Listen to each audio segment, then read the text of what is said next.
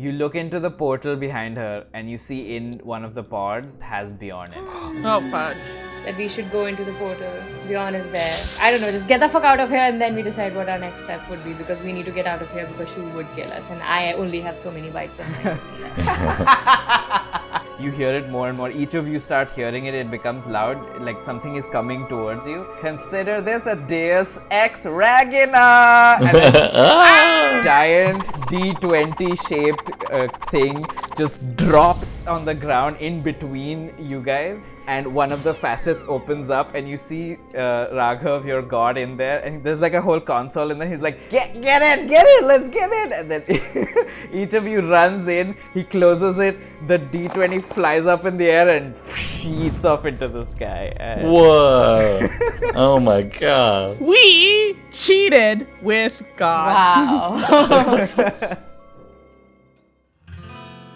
Welcome, one and all, to Prepare to Dice, the animated show where we play Dungeons and Dragons. My name is Raghav and I'm your humble dungeon master. Hey, I'm Andrew, but my friends call me Andrew. I'm playing Timbo Wainson. His friends call him Timbo Wainson.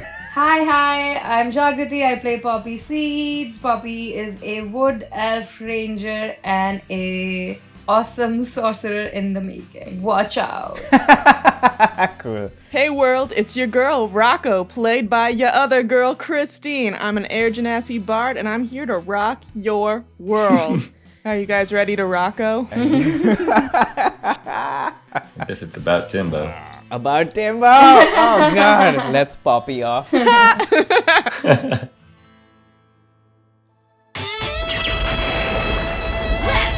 the heroes of a bygone age and it's time to rage. Test your luck against the forces of fate. Do you have what it takes? Is the damage gonna take its toll or will you risk it all? Can you answer the call and pay the price? It's a game of sacrifice, so prepare to die.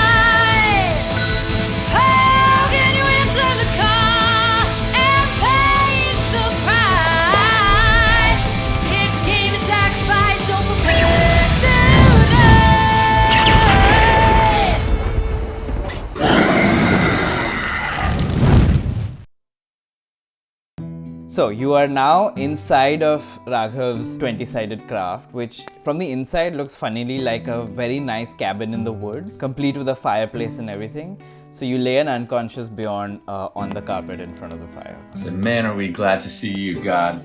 We've got our unconscious buddy and a sick-ass guitar, but we're still just sort of lost as people. Any guidance from your majesty would be appreciated. Raghav walks up to Bjorn and he like looks at her and he's like, let me take a look. Oh my god. Is that bad for me to say, oh my god? Oh, whatever. It's worrisome if God is worried. So.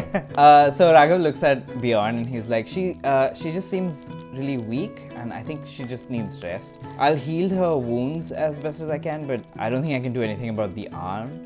So as you guys look, you see her left forearm, of which the hand has been burned off, leaving just a massive scar. She's been burned. It was her left hand? Yes. Then I guess it looks like she's gonna be all right from now on. Boo. Timbo, make an intelligence check.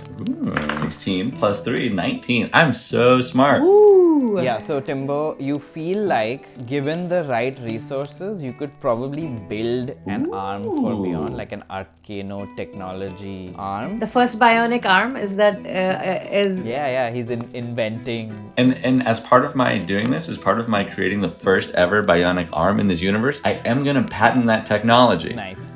So if someone else does want to do that later, they gotta send a little bit of gold and silver and copper to Timbo. You need to make that gold. Capitalism, I guess. Fantasy capitalism. Yeah, fantasy capital. Okay, maybe. Although, I got crossbow bolts, which could be kind of a cool, like, joint mechanism or something, You can manufacture a thing out of another thing. I got hammers. I got stuff. I got hammers. Need some time to think about it. Okay. I will say, I want to ask God if maybe he can heal some of our wounds too. I know Bjorn's higher priority, being unconscious and armless and stuff, but if it's easy for you, Raghav, if you're able to give us a little zippy zap and heal us, that would be That'd be awesome. Zippy zap.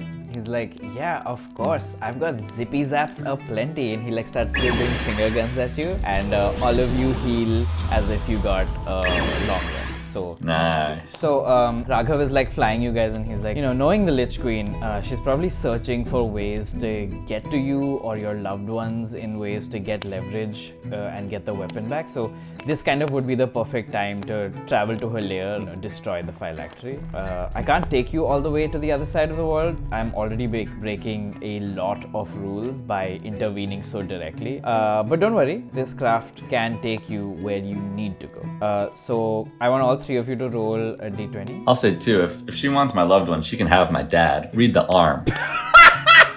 Guess who rolled a nat 1, baby? Oh shit, I rolled a 2. I rolled an 18. What were we rolling for again? Should I add anything to it? No, it's like a luck roll, but 18 is good. Okay. You hear a little rumble and you feel like the craft rumble, and one of the like sides of the wall sort of opens up, and you see outside, you hear sort of the lapping of waves and feel a gentle breeze, and the smell of the sea sort of wafts over to you. That sounds really nice, honestly. Just speaking as Andrew right now, it sounds really nice. I would like that very much. We're all like, that's nice. It's like a little vacation. Yeah, it's nice to smell that without having a fish curse on me. Trying to think if there's any other questions for God. It's pretty rare that we get this opportunity. Sometimes, hey, do you love us all equally, God? He's like, yeah, it's, oh, what's that? He like pretends to hear someone calling him. What's that? Oh, I'll be right there. I have other followers calling me. I'm so sorry, I gotta go. And he like pushes you guys out of the door, disappears, and now it's gone. You're on a wooden deck of an airship that you've been to before, known as the Poseidon's Rift. Oh, are we gonna run into Wolfgang? Yeah. So you watch as this ship is piercing through the clouds. It's an airship, right? So it's going through the air, soaring across the horizon, and you watch as Captain Wolfgang Buck effortlessly pilots the ship through the midday sky. Wolfgang!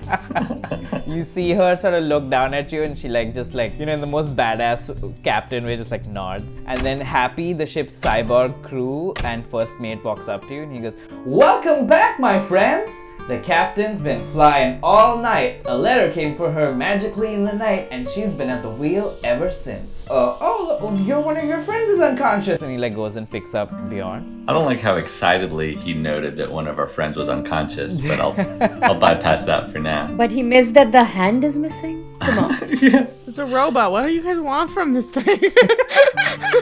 Timbo, make an insight check. I rolled a 4. Do I add anything? Insight. I add 2, I think. Okay. Does anybody else wanna roll anything right now? Is there anything y'all wanna do? You say that as if 6 wasn't a high number. It wasn't. We just all of a sudden are on an airship, and I'm like, okay. Old King's all like, I know. I'm like, how do you know? You got a magical letter? God knew this was gonna happen? Didn't we just go through this fight? What the hell? Okay. Go ahead and make perception checks, Poppy and Rocco, and then I got a 7, but I have a +5. I got an 11, and I have a +2, so 13. Poppy, you notice as Timbo's talking about this guy being so cheerful about the friend being, your friend being unconscious, you notice that there's actually a dial on Happy's back, which is set to cheerful, and you see like multiple different like emotions on there, and so you can basically set him to what setting you want him to be on, and currently he just is cheerful. I set him to neutral. Yeah, you just reach over and turn Happy's thing, and he just like, in a normal way, just like, "I will place her in the infirmary now." You put him in neutral like a car. Actually, let's go back to Happy. I prefer that. I want him to be happy. I want Happy to be happy. Yeah, I was like, I can't believe you decided that you just are gonna like decide this creature can't live on joy mode anymore. Is there a mode on Happy's back that just says like understanding or empathetic or forgiving? That's really funny. No, there isn't. He's not that sophisticated a machine. Damn it. What are all the emotions? Tell us. Well, there's happy, there's neutral, there's animosity, and there's Crippling depression. you should say crippling depression. Yeah, it's crippling depression. What if we turned it to that just for a second, just to see what that looks and sounds like? Can we do that? Just for a split second. Let's turn that dial all the way down. We got a toy. Just fate of the world is at stake, playing with this robot's emotions. Yeah. So you flip it to crippling depression. He literally just drops Bjorn on the ground, and he's like, "Oh, what's the point? I'm not even alive. What do I care? What am I even trying to do? I can't taste anything. I can't feel anything. What is?" All right, we turn him back. He's like, "Oh dear, I have dropped your friend. I do apologize." And he picks her up and he starts walking again. Wolfgang is like, "Could you please stop playing with my first mate?" Yeah, sorry.